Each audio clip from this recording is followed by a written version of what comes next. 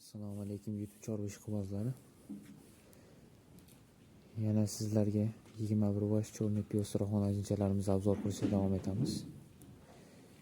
Kechagi kun tashqarida kunduz yurish holatini ko'rsatgandik. Endi ichkaridagi holatini ko'rsatamiz. Kunduzi issiq bo'lgani uchun tashqarida, kechpayt biroz sovuq bo'lganligi uchun ichkarida. Shunday sharoitlar qilib qo'yganmiz. Hozircha shunday ushlab turibmiz. Yemlari hamma yo'g'i tayyor. Mollarni ichkariga olib kirib, yem ichini bir qator ko'rsatamiz.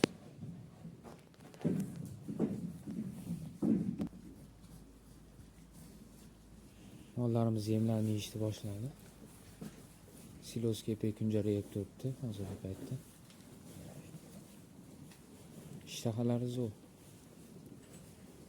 Ko'z tegmasin.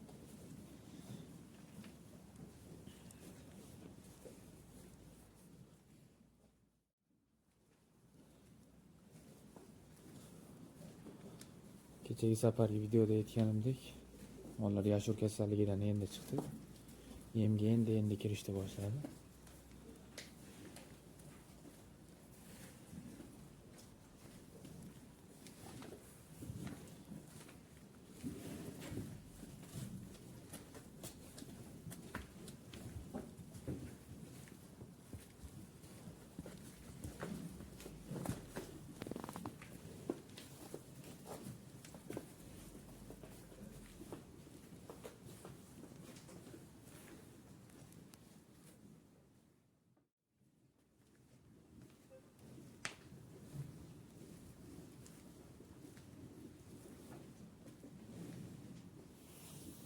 Sog' bo'linglar, salomat bo'linglar.